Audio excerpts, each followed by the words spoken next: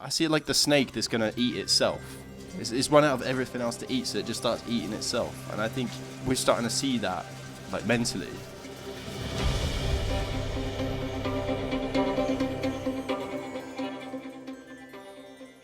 Hi, welcome to Blue Bees podcast with Javi and myself, Maria.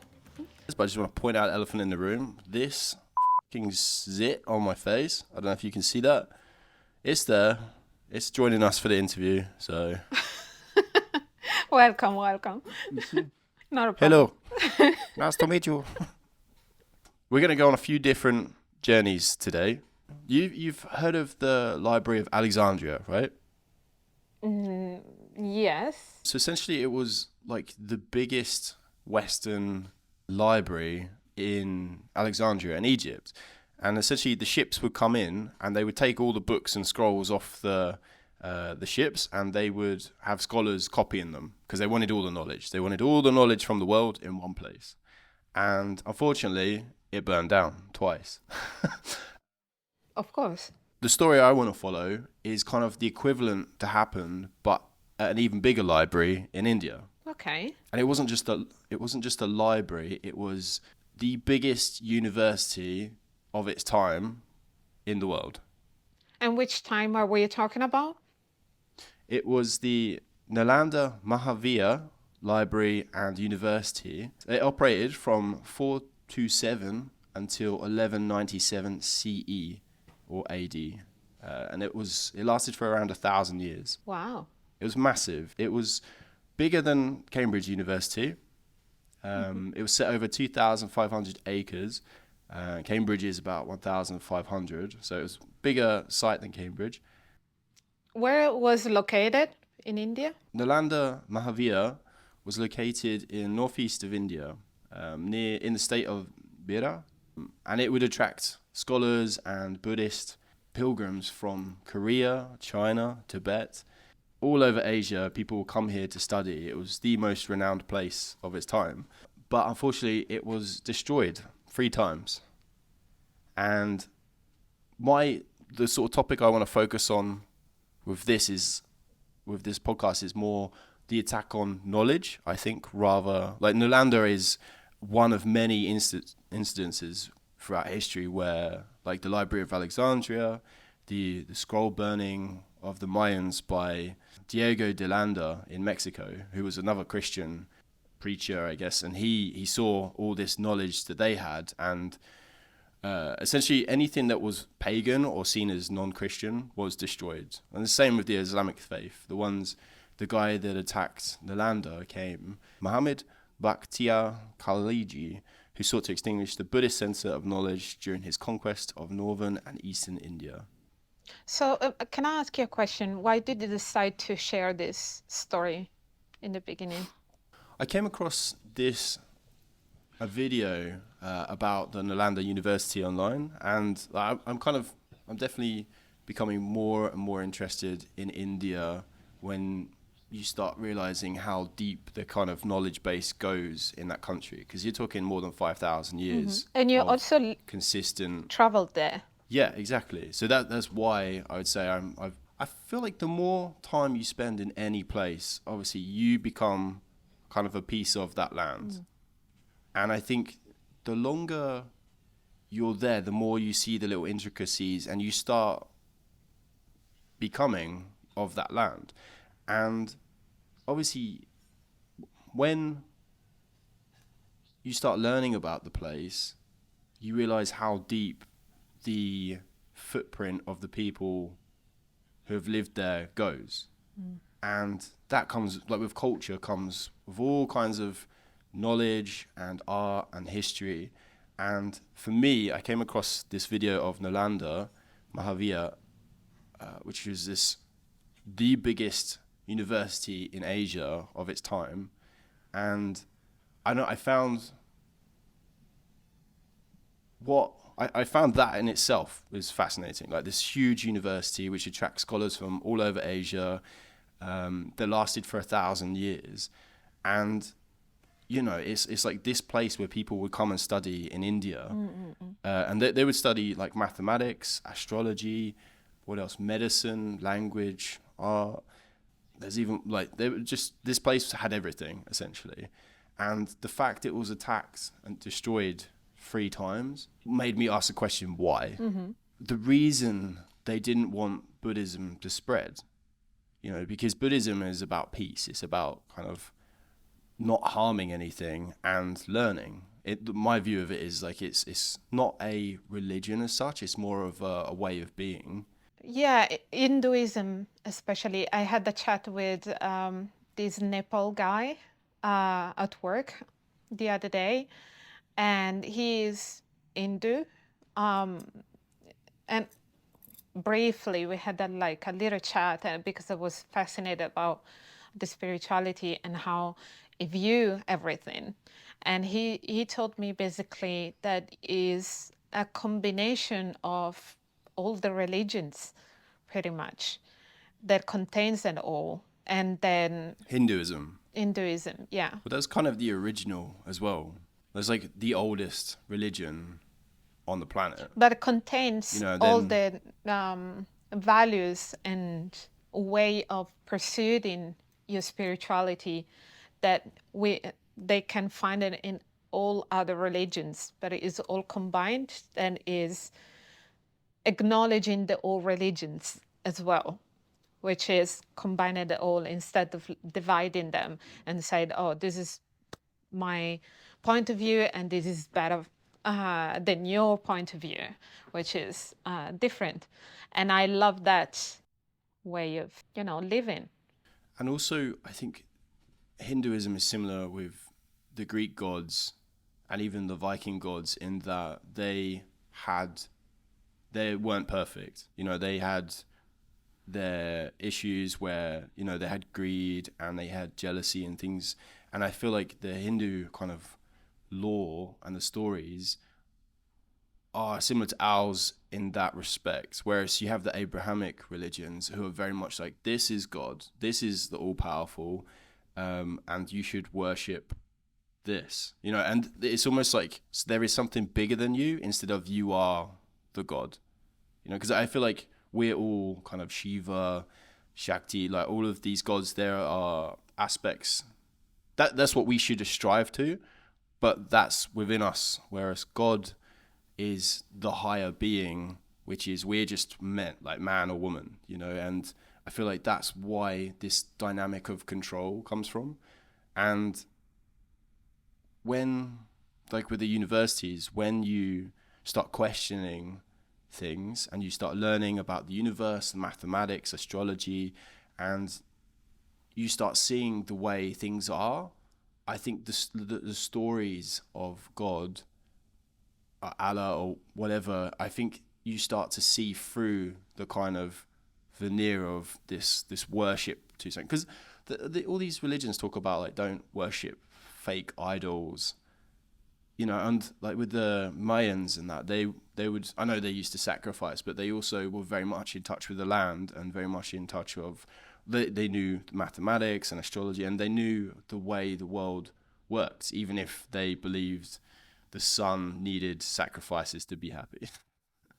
So that, I guess that side of things, there's negatives to both sides of each religion. It's like, no, they're all man-made. Yeah, I remember because in a way, I'm very holistic and like in so many things. And I view as the same as Hinduism. So I really respect all the religions because part of my family Muslim and part of my family are Christian. So I follow in different time both of them. So I was into those kind of religions, like follow any little rule and everything, listen to any question and values they've been sharing, going to the church every Sunday for almost 7 years. So I've been listening to so many things. And I'm still now, after all this journey, respecting both of them, but I cannot really decide to follow one thing only because it's not who I am first. and I prefer not to, like, I think everything has been in touch with a human sense of being humans.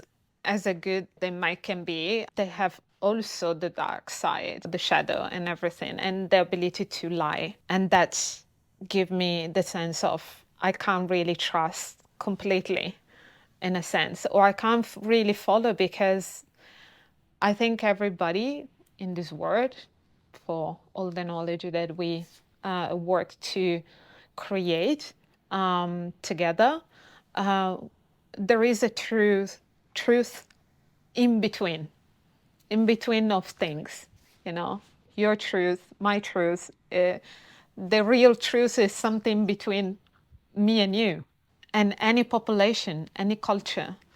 I think that is the light that really we have to focus on, because life is all about like keep on going and growing and creating. If you lost yourself in the middle of details, I think you can't really go in anywhere. You talk about your truth and my truth, but there is ways in which we can prove right or wrong, right? And that comes down to say science, mathematics, and things where there is a correct answer.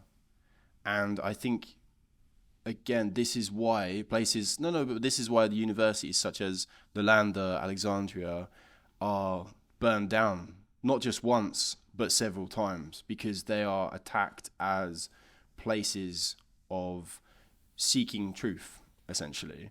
And I think those in charge, especially from religious sectors, don't like the idea of people being able to make their own decision.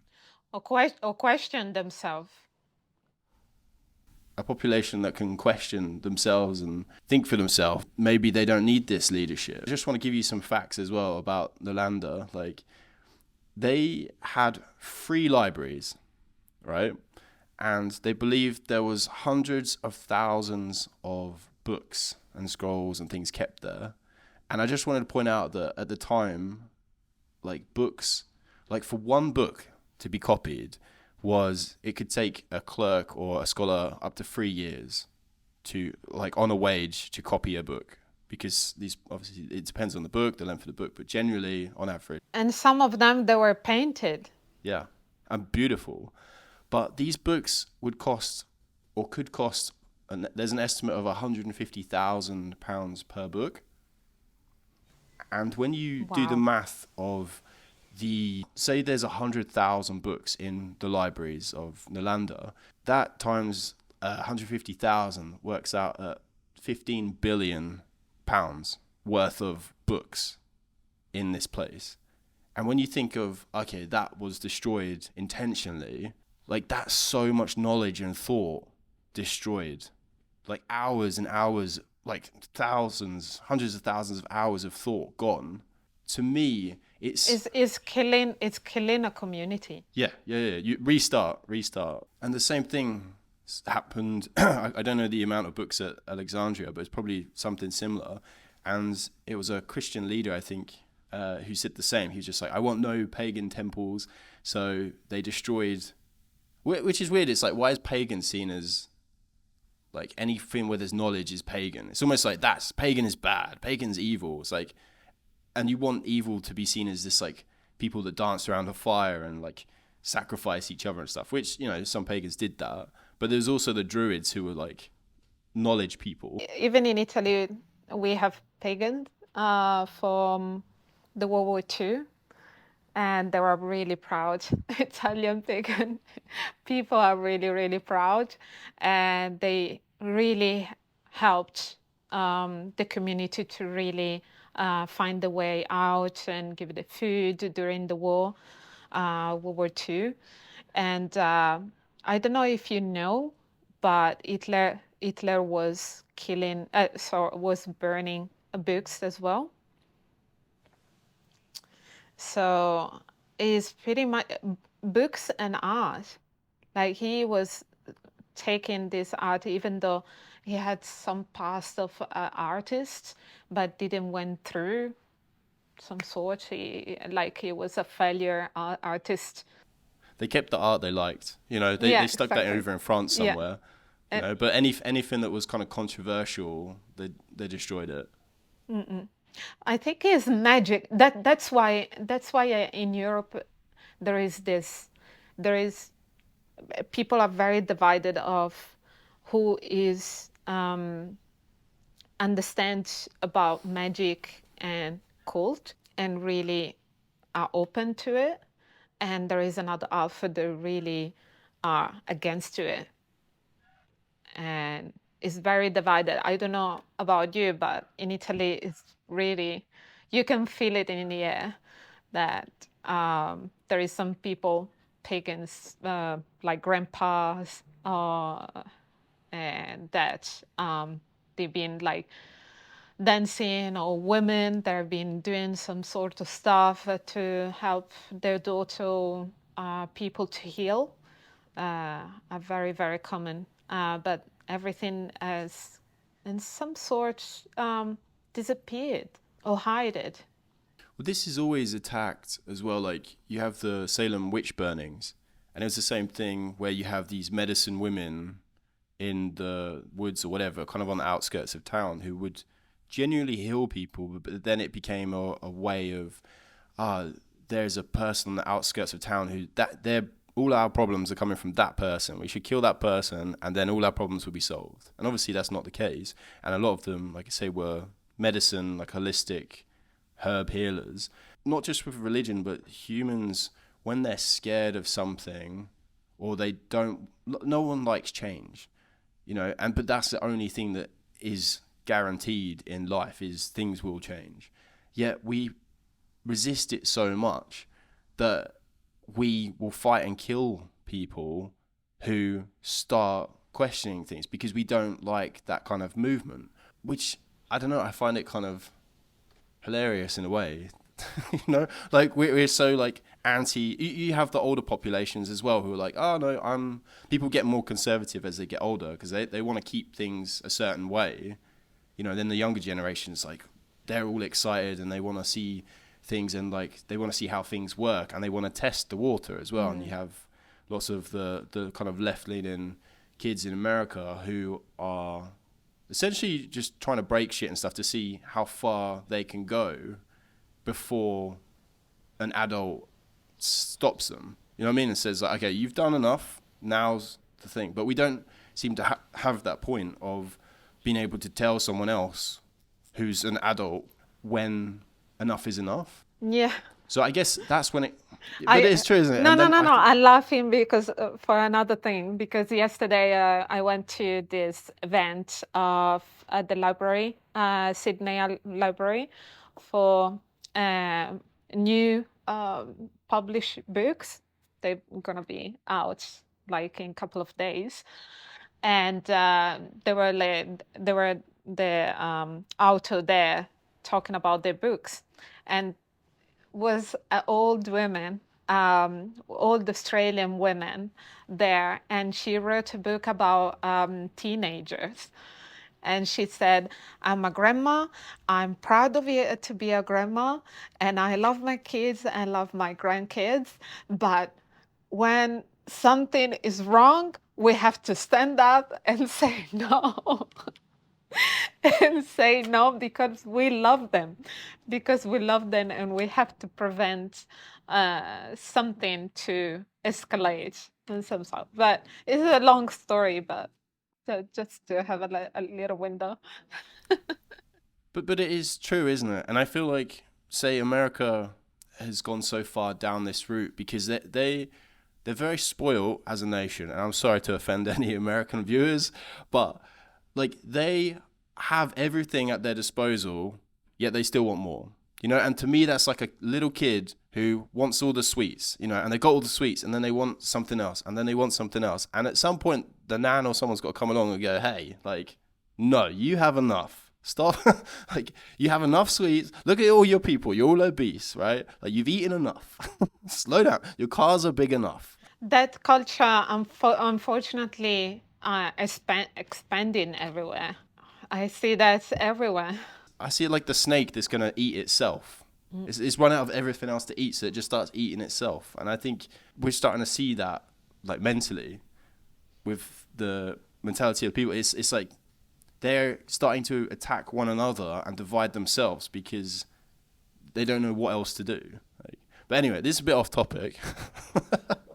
Do you want to share something else about Library of Alexandria? Can you tell me more about that and why is connected? Did you find a connection with the library in India, the university in India? Other than that, they were both places of study. I didn't really study Alexandria. It's like I know of it, but I didn't spend much time with that one. But I can tell you that the Nalanda Mahavir run on a free system, so you didn't have to pay for studies, which I find interesting as well because it was open to scholars and people could travel from all over and they wanted the knowledge. It wasn't like you had to buy your way in like Harvard, which at the moment is very much based around who you know. Like unless you're doing a scholar in sports or something where you can get like sponsorship, a lot of it comes down to how much money you're willing or where your parents are from. So if your parents are politicians or I know in Germany that is free. yeah, yeah, which is amazing. Yeah.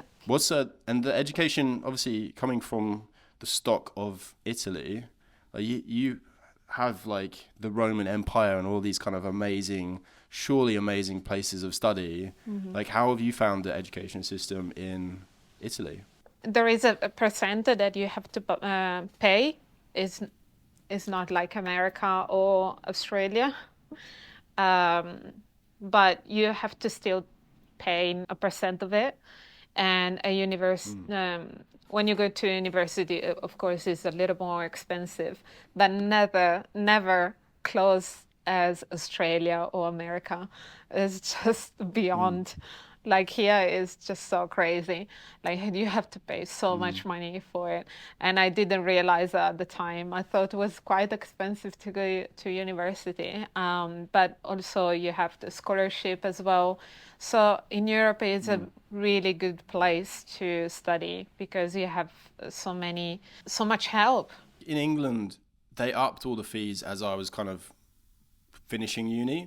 So they 3 times the cost of the studies, and it became where it was like 3,000 something before, then they upped it to like 9,000. And I think that in itself, like along with all the fees and stuff that go to uni and everything, I think that really stops a lot of people wanting to study at uni because you're suddenly refining who can come to just rich people. There's smart people in rich backgrounds and poor backgrounds. And I think when you can have more people, you get better. The base level is lifted because you have more people, therefore there's more geniuses or people within that coming to your university.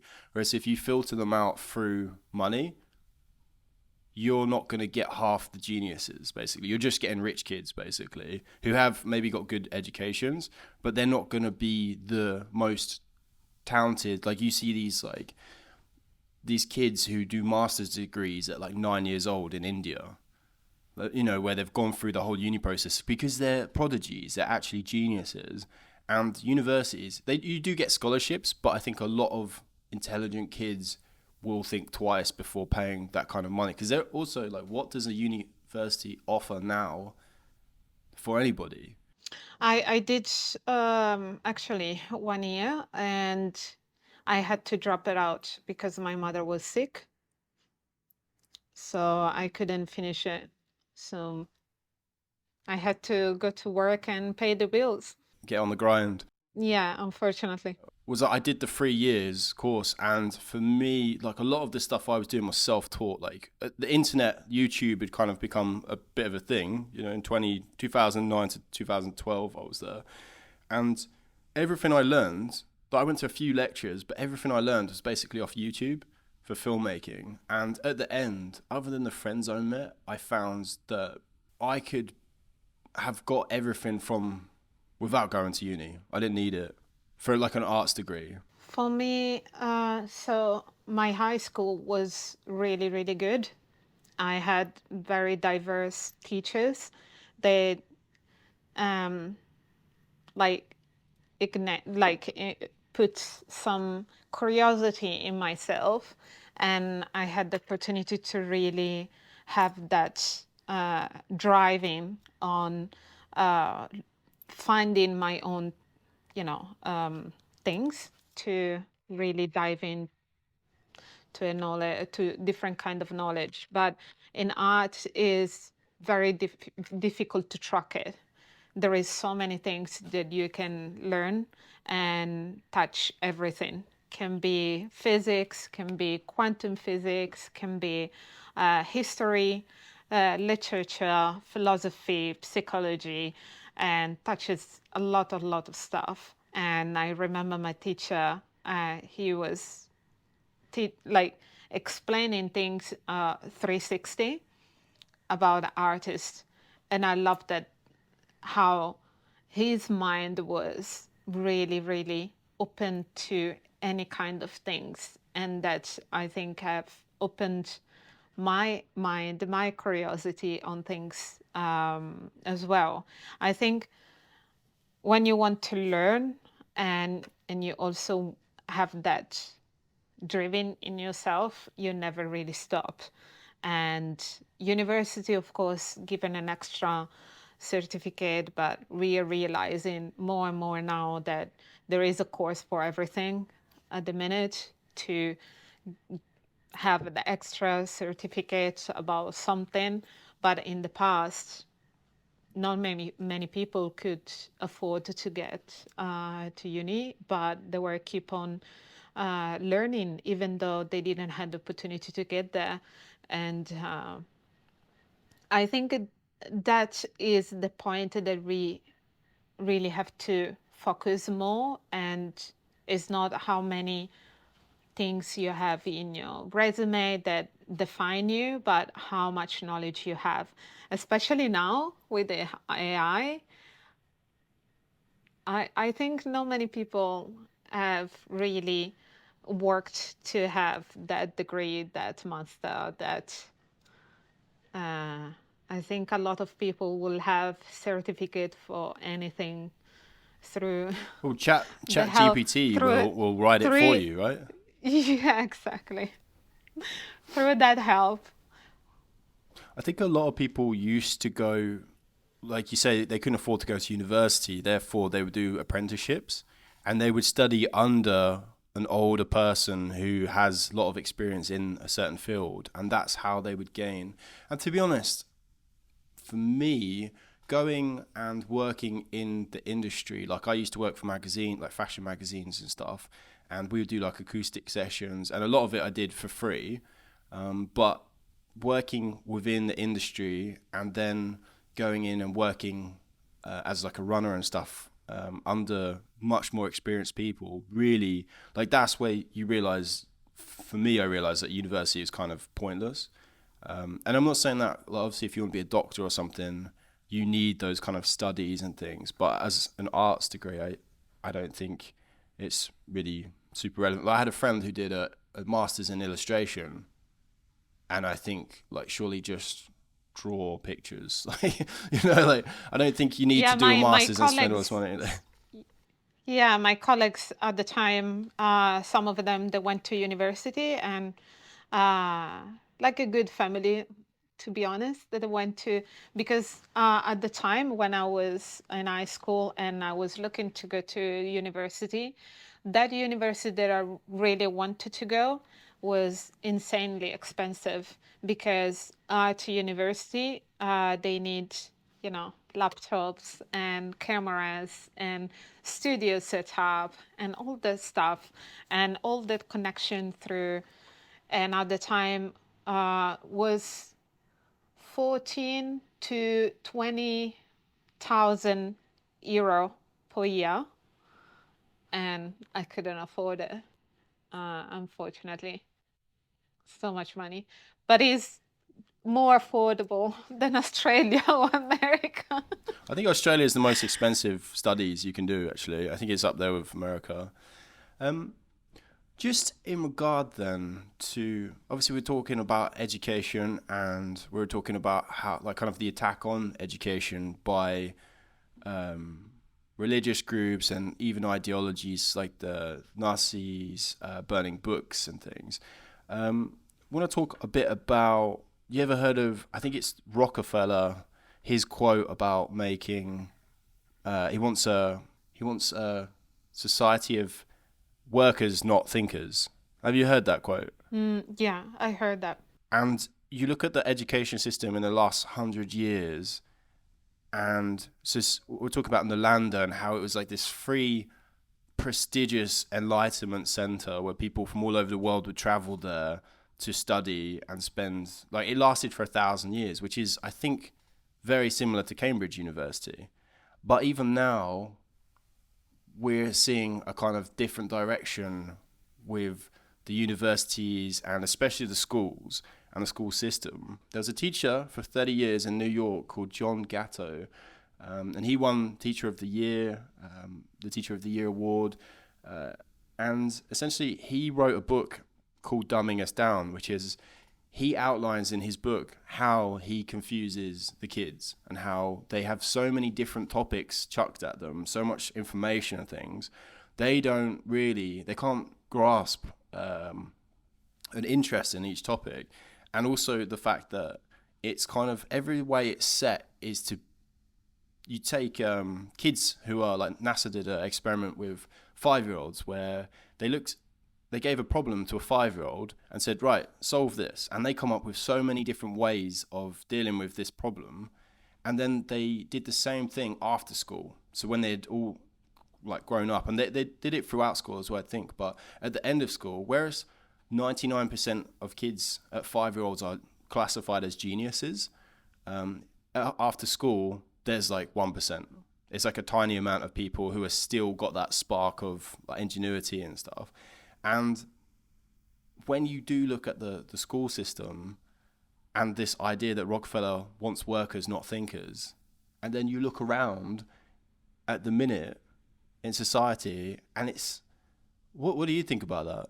Yeah, make me question a lot. And in my way of learning things, I always understand the square, the box that our society want to put in everyone. And I always drawn a little bit outside the box and inside and around of it. And so that's why, like, while I was studying, I was also had interest of something else. And I think art is one of the things that, for example, in Italy have dropped off. Art as are having a school less and less found and less help to grow. And in my school, for example, is one of the oldest high school at the time, uh, Adolfo Venturi, and he was an artist, and he was he was studying at the time with bigger artists in France and I think in Switzerland as well. And then he opened this high school, and they had so many laboratories, so many labs, and they were being collaborating with the government. And like they used to be very present in my city community. And then, as soon as I finished my school, and I remember I was helping kids at the time with PhD and dyslexia or difficulties of learning at the time. So I was in and out. I was 19, 20 years old. And I was having a chat with the teachers, and they said next year they're gonna drop all the l- labs classes, laboratory classes. So they're all gonna be on books, and they have to be on class only. And before, everybody was going to the labs in the studio or doing some sort of things manually or with a camera, or they were like more involved in so many other things. And now have like the art school that we know have changed dramatically, and people like the kids there have changed. They become like everybody else, the kids. But before, when I was there, everybody was so colorful. They were so involved about psychology, about philosophy, about politics, and like my school, they were very involved about a lot of things, and they were helping a lot. And now it's completely different. I mentioned earlier about me, like I kind of contradicted myself in that I said I didn't feel like I got anything from the university, right, with my video studies, right? And we're talking about like closing off art studies essentially. But I would say it gives you space and it gives you a place with other creatives where you meet people and you talk about things. And I think I'm still friends with a bunch of guys from my university, and I think actually that's one of the things I gained most from it. Like, it gave me a place to explore ideas and to experiment, and essentially I was able to learn what I wanted to do and kind of refine the craft. And even though, like I say, the lecturers and stuff weren't, I found there's a lot of ego with my lecturers, and I didn't rate their work. So for me, I would go in and see the stuff, and I'm not inspired by them, but it still gave me the time to focus on what I wanted to do. But I found it interesting because I went to visit a friend in Birmingham University, which was very much like hospitality, academic, sports. And I remember walking around the university and you sort of see all the people, and I didn't hear one guitar or any musical instrument. And I thought it was so strange because, like, I know obviously you talk about your friends with color and things, but university, I think, is a place to explore ideas, and especially like you're released from school and a certain way of being, so you're kind of free to discover who you are. And I think, like, and find your style. Exactly. So when things like the arts degree, because my university campus was actually closed down and turned into a college, a more generic college. Yeah, exactly. So it's the same thing where the arts are always the first thing to get cut, yet they're the things that inspire everybody, especially young people. They see these paintings by Michelangelo or whatever, or these sculptures and things, and you look at that and you're like, wow, that's incredible. And that is imprinted on your brain, and it inspires you to continue. Whereas if that is cut off, so we think about, and this actually comes back to that dumbing us down, because the American school system is based on the Russian school system, right? So before, like, the Russians were very far ahead. That's why America was competing, because Russia's massive, but also they had some of the like greatest minds, chess champions, like world champion 8 times in a row or something, and they focused very much on science, academics, and these kind of like mathematics and things that would help engineering, but art was again cut off. You got rid of art; it's useless in a society, because you want people, like Rockefeller said, he wants workers, not thinkers. So you want people that are smart enough to do things, but they don't have wisdom. Like, intellect is one branch, but the other branch is wisdom, which comes with kind of an understanding of the world. So it's intuition, but also, so creativity is basically on the edge, because sometimes you have to break the rule. So that's why they didn't want to. You have to break the rule to really create something different. And they don't want you to be something different than that direction. And I guess this comes down to like change. Essentially, it's like people, they want you smart enough to be able to keep the society rolling, taking along, but they don't want it smart enough to change, like which is hilarious because I think humans are innately engineers and creative and problem solvers. It's like that's what we do. You know, we're like basically beavers with no fur. um, but again, I think a positive kind of thing maybe we could end on is the spirit of the Nalanda University has been brought back to life, and they've actually in 2006 it was officially they started doing the classes and seminars, and it was back open.